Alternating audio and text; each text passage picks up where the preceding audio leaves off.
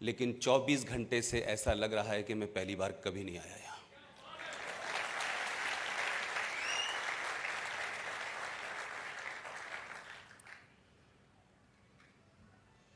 आज के इस प्रोग्राम के सिलसिले में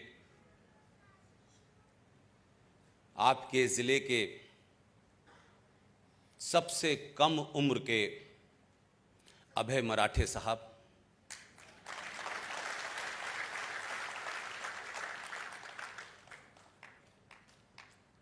राष्ट्रीय दिन दर्शिका प्रचार मंच, उसके तमाम पदाधिकारी, कार्यकर्ता, मोहतरमा सरोज विवेक देशपांडे, नारायण पांडव साहब और दिनेश गुप्ता जी जो मेरे साथ दिल्ली से आए हैं। मेरी और आपकी मुलाकात एक ऐसे वक्त में हो रही है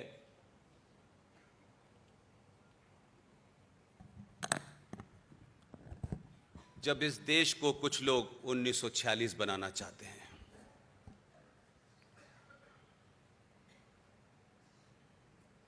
मुझे ऐसा लगता है कि जिनकी ख्वाहिश 1946-47 में पूरी नहीं हुई थी, उसे इस बार पूरी कर देनी चाहिए।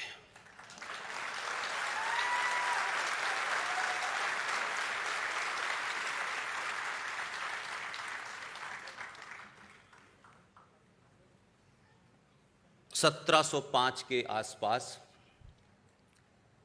जब न सेकुलरिज्म था, न कोई पार्टी थी, न धर्मनिरपेक्षता थी, न कम्युनलिज्म था, न वामपंथ था, उत्तर प्रदेश जिले के एक कवि, उनका नाम भूषण था, उन्होंने 4 लाइनें लिखी हैं। आज अगर लोग लिख देंगे तो लोग कहेंगे ये भारतीय जनता पार्टी का एजेंट है, ये आरएसएस का एजेंट है, ये देश में आग लगाना चाहता है। कवि भूषण ने जब ये 4 पंक्तियां लिखी हैं, तब ऐसा न कोई दल था, न ऐसी कोई विचारधारा थी। बहुत सरल भाषा में, बहुत आसान तरीके से उन 4 लाइनों को मैं आपके बीच इसलिए रखना चाहता हूं कि जो लोग आज इस देश में चिंतित हैं इस बात से कि लोग सड़कों पे बैठने के बाद न सुप्रीम कोर्ट की सुन रहे, न सरकार की सुन रहे, कवि भूषण जी ने उस वक्त लिखा है, काशी करबला होती और मथुरा मदीना होता, शिवाजी न होते तो सुन्नत होती सबकी।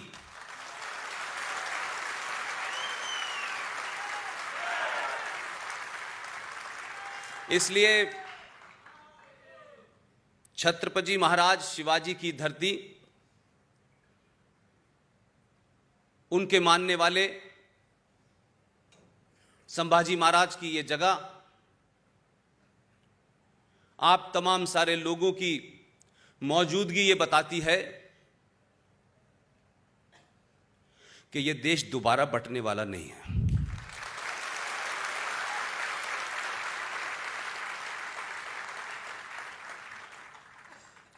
ये कुछ लोगों की ख्वाहिश तो है, लेकिन जरूरी नहीं ये ख्वाहिश खबर भी बने कभी। आज जिस मौके पे मुझे यहां दावत दी गई है,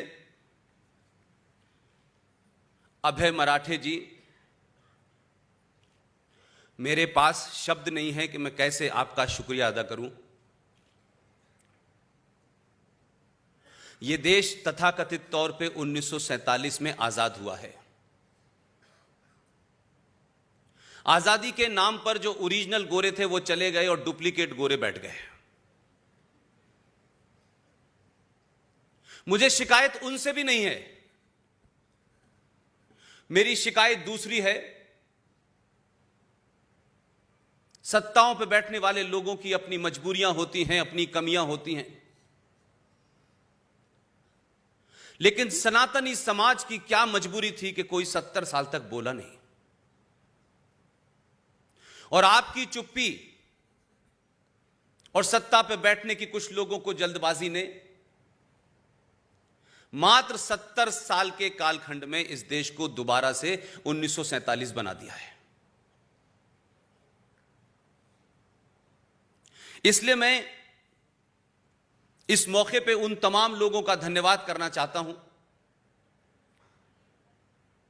यूं तो अभय जी और ये तमाम मंच और उनके साथी अपने दोस्तों की मदद से, समाज की मदद से ये राष्ट्रीय कैलेंडर जारी करते रहे हैं, लेकिन ये पहली बार हुआ है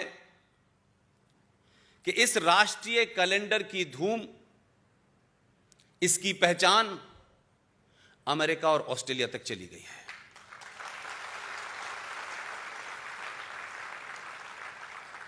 और ये बात मैं आपके सामने इसलिए कहना चाहता हूं कि अभी भी एक बहुत बड़ा समाज है हमारे देश में जो एहसास कमतरी, इंफीरियरिटी कॉम्प्लेक्स का शिकार है, कुंठाग्रस्त समाज है। अपने होने पे शर्म आती है, अपने अचीवमेंट पे शर्म आती है। अलग अलग विचारधाराओं, अलग अलग नकाबों के बीच में पूरे देश में ऐसे लोग बहुत सारे हैं, लेकिन आज भी अभय मराठे जैसे लोग जिंदा हैं। जीवन के इस दौर में जब लोग खामोशी से अपने घर बैठते हैं, पूजा पाठ करते हैं, भक्ति में चले जाते हैं, इस उम्र में एक फकीर ने वो कर दिखाया जो 22 साल का नौजवान नहीं कर पा रहा। और इसको जो लोग एक राष्ट्रीय कैलेंडर डेट देखने की कोई किताब या डायरी समझते हैं, ये बड़ी भूल है। 15 साल से बिना किसी की मदद किए हुए चुपचाप ये काम हो रहा है। आखिर इस कैलेंडर की महत्वता क्या है? क्यों यह महत्वपूर्ण है? उसकी तमाम टेक्निकलिटीज बताई, लेकिन मेरा सिर्फ इतना कहना है कि एक कंपनी है जो हवाई जहाज उड़ाती थी, आजकल उसका मालिक भी उड़ा हुआ विदेशों में भागा हुआ है। हम कहां से चले थे और कहां पहुंच गए? पूरी दुनिया को ज्ञान देने वाले, सुंदरता की परिभाषा रचने वाले लोग आज इस मुकाम पे पहुंच गए हैं कि उस कंपनी का, उस एयरलाइंस का कैलेंडर लेने के लिए बड़े बड़े नेता लाइन में लग के लेते थे। एक प्राइड थी लोगों की उस कंपनी का कैलेंडर। यह बात अलग है कि उस पे क्या छपा होता था, यह मेरे कहने की जरूरत नहीं है। यह इस बदले हुए भारत का रूप है।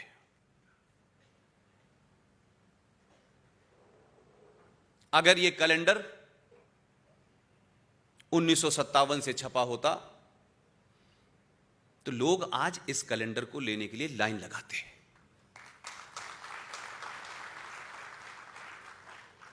यह कैलेंडर कोई कॉमर्शियल विज्ञापन नहीं है। यह 5000 साल पुराने उस सनातन धर्म की पहचान है जिसे दुनिया ने पहचाना।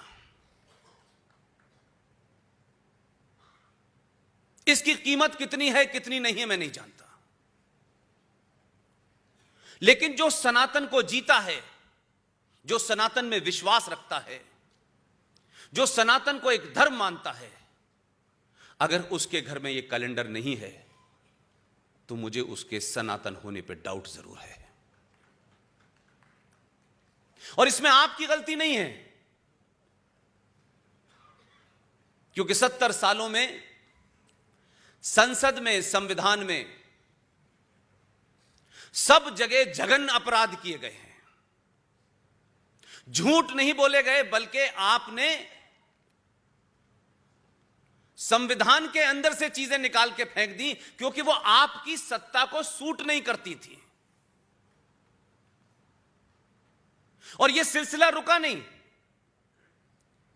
इसीलिए भारत के संविधान में खास तौर से मैंने कहा कि आपने, अभय जी, तमाम इसमें चित्र छापे हैं और यकीन मानिए कि मेरा उनसे कोई इस बीरे में कोई बातचीत नहीं हुई, लेकिन एक विषय को मैं 2 साल से उठा रहा था। उस विषय को उन्होंने अपने में जगह दी है। यह विषय क्या है? यह महत्वपूर्ण है। मैंने इसीलिए कहा कि अगर आप अपना सफर शुरुआत में ही गलत रास्ता पकड़ेंगे तो कभी लक्ष्य ठीक नहीं मिलने वाला। यह आजादी की कहानियां, यह इतिहास, यह भारत के पहले शिक्षा मंत्री का फ्रॉड, यह अगर इस देश को पता होता तो देश आज इस मोड़ पे नहीं खड़ा होता कि जिन विश्वविद्यालयों में मेरे और आपके पैसे से, टैक्स के पैसे से, दिल्ली का एक विश्वविद्यालय जिसका नाम बहुत है, उसमें पढ़ने वाले छात्र को पूरा एसी कमरा साल भर में बिजली के 10 रुपए में मिलता है। इस देश में हजारों कॉलेज और विश्वविद्यालय होंगे, करोड़ों गरीब मां बाप के बच्चे पढ़ने जाते होंगे, अपने राज्य से दूसरे राज्य जाते हैं। उनके रहने के, खाने की क्या व्यवस्था है, इसका किसी को अंदाजा नहीं है। ये उस गरीब मां बाप से पूछिए कि वो अपने बच्चे के रहने के लिए भी, जिनको हॉस्टल नहीं मिलता, वो 2-2, 4-4, 5-5 हजार रुपए देकर के बाहर रहते हैं। हिंदुस्तान में कोई हॉस्टल ऐसा नहीं है, एक भी हॉस्टल ऐसा नहीं है जिसके कमरे की फीस मात्र 10 रुपए हो। और हम इस बात के लिए भी कुछ देर के लिए भूल जाना चाहते हैं कि उस विश्वविद्यालय में किसी ना किसी के बच्चे पढ़ रहे होंगे। लेकिन मेरा कहना सिर्फ इतना है, उसी विश्वविद्यालय में क्यों ऐसे लोग पैदा होते हैं जो ये नारे लगाते हैं, भारत तेरे टुकड़े होंगे इंशाअल्लाह इंशाअल्लाह। ये मानसिकता क्यों पैदा हुई? आखिर इसके पीछे सोच क्या है? ये ड्राइव कहां से आती है? ये मोटिवेशन कहां से आता है? हम 70 सालों के बावजूद भी सच बोलने से कतराते हैं, डरते हैं। जिस समाज की पूरी नींव, उसकी पहचान प्रकृति के साथ जुड़ी हो, वो समाज आखिर 1000 साल की गुलामी के कारण कैसे इतना कमजोर हो सकता है? इसलिए भारत का संविधान जब बना तो संविधान में बहुत सारे लोग समझदार भी थे। उन्होंने उस वक्त की नजाकत, उस वक्त जो हालात थे, उसमें अपनी बात कह दी और आगे बढ़ गए। वो ये जानते थे कि उनका बहुमत नहीं है, उनकी ताकत नहीं है, लेकिन फिर भी उन्होंने अपनी इंडिविजुअल भूमिका निभाई और चले गए।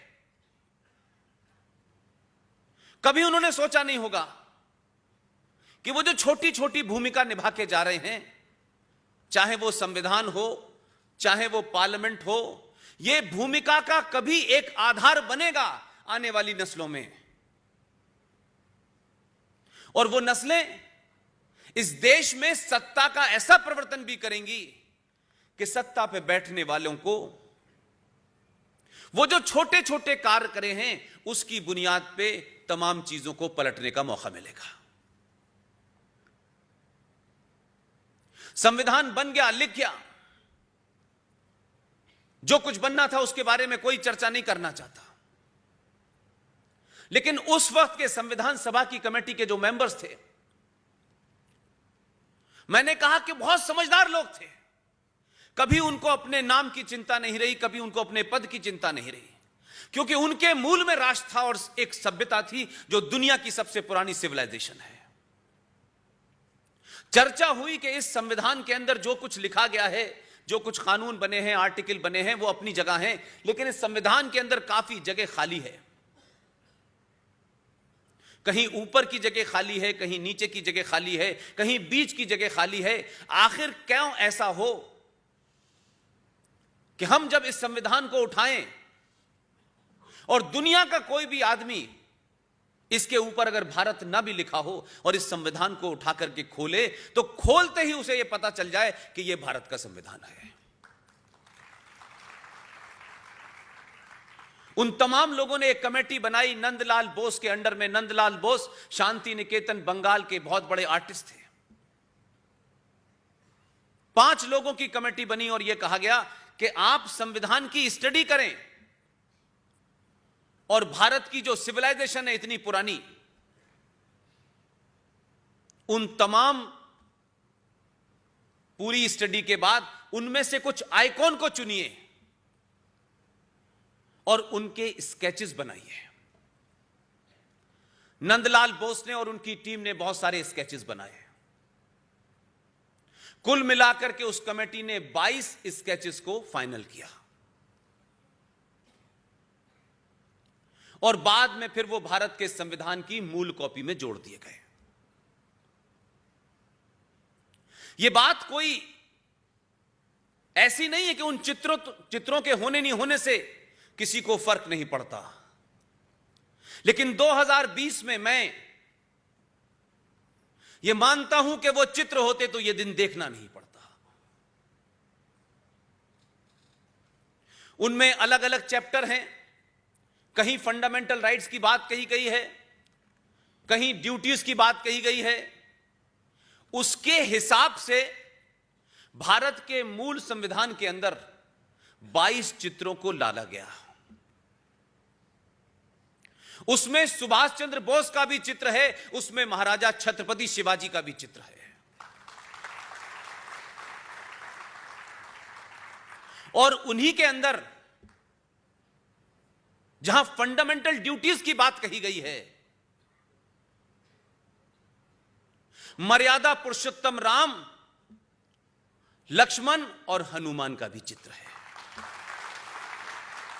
श्री कृष्ण का भी चित्र है, बौद्ध का भी है। यह मूल कॉपी में चित्र 22 डाले गए। वो मूल कॉपी भारत के आर्काइव में रखी हुई है। लेकिन मेरा सवाल दूसरा है, कौन लोग थे और कब, किसके कहने पे यह फैसला लिया गया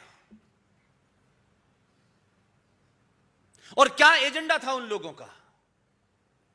बिना देश को बताए, बिना भारत की पार्लियामेंट में चर्चा हुए उन 22 चित्रों को किसने हटा दिया? अभय मराठे जी, आप जीवन के इस मोड़ पर वही काम कर रहे हैं जो हमारे पूर्वज 1946 और 47 और 50 में करके गए थे। आने वाली नस्लों को यह पता होना चाहिए हम कौन थे, कहां से आए थे, हमारा अस्तित्व क्या है, हमारी बोली क्या है, हमारी भाषा क्या है।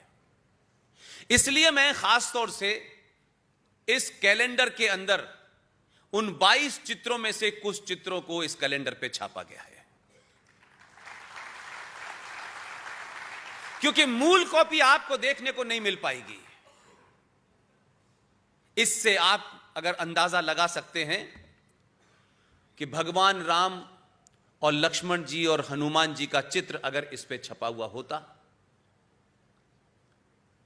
तो यकीन मानिए, मुझे पूरी उम्मीद है कि जो भी कुछ इसमें छपा हुआ है, संविधान में जो भी कुछ लिखा हुआ है और जो छपा हुआ है, वो सब संविधान का हिस्सा होता।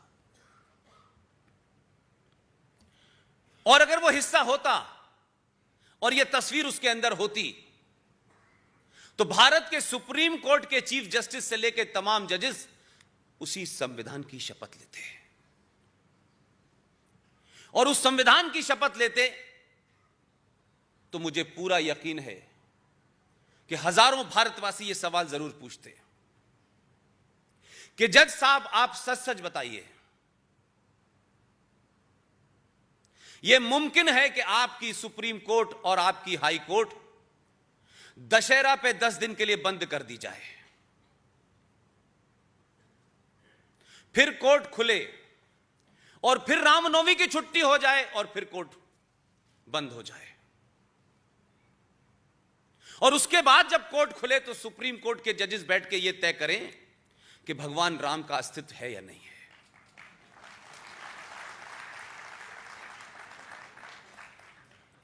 इसलिए जो डिबेट इस देश में नहीं होनी चाहिए, उस डिबेट को खूब किया जा रहा है। जिस पे चर्चा होनी चाहिए, उसमें सुप्रीम कोर्ट और हाई कोर्ट हाथ जोड़ के याचक बना नजर आता है। इसलिए मैं मानता हूं, मेरी मांग है, और क्योंकि मुझे पता है कि आप कितने बहादुर लोग हैं, आपकी बहादुरी के बारे में मुझे कुछ कहना नहीं है। यह आपकी बदकिस्मती नहीं, यह देश की बदकिस्मती है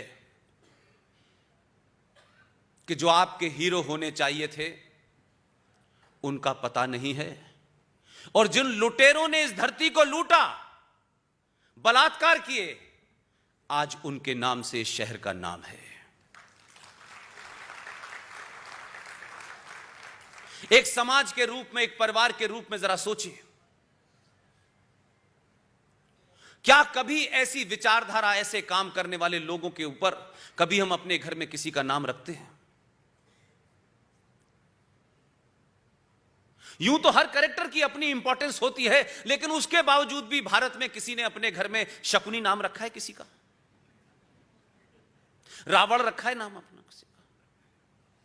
लेकिन यह देश अजीब निराला देश है।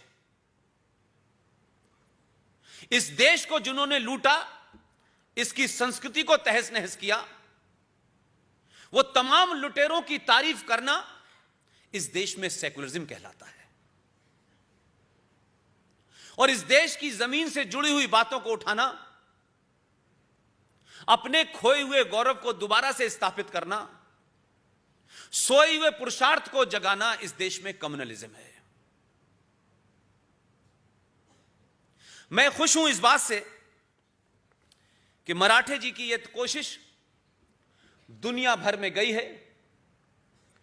मेरे कुछ मित्रों ने जो विदेश में हैं, जब उनको पता चला कि भारत में इस किस्म का एक कैलेंडर जारी हो रहा है और तमाम ये 4-5 बुजुर्ग मिलकर जिंदगी की पेंशन इस कैलेंडर को छपवाने में लगा देते हैं। जिन लोगों ने प्रत्यक्ष और अप्रत्यक्ष रूप से अभय मराठे जी की उस कैलेंडर पे यकीन किया कि यह एक बहुत बड़ा काम हो रहा है, हो सकता है कि वो न्यूयॉर्क में बैठे हों, कैलिफोर्निया में बैठे हों, लेकिन आज भी उनका दिल भारत में ऐसे किसी भी काम करने वाले के साथ पूरी ताकत से खड़ा हो जाता है। इसलिए इस मंच से न्यूयॉर्क में रहने वाले गोपाल शर्मा जी, न्यूयॉर्क में रहने वाले योगदत्त जी, योगदत्त विलास साहब, कैलिफोर्निया में रहने वाले अश्वनी शर्मा जी और कैलिफोर्निया में ही रहने वाले संदीप गुंटूर जी को मैं मुबारकबाद और धन्यवाद देता हूं कि उन्होंने वहां से बैठ करके इस कैलेंडर का रूप बदले, इस कैलेंडर की क्वालिटी बदले, इस कैलेंडर में ज्यादा से ज्यादा इंफॉर्मेशन हो, इतनी दूर बैठ करके अभय मराठे जी और उनके मंच की मदद की। लेकिन अब मैं अपनी असली बात पे आता हूं।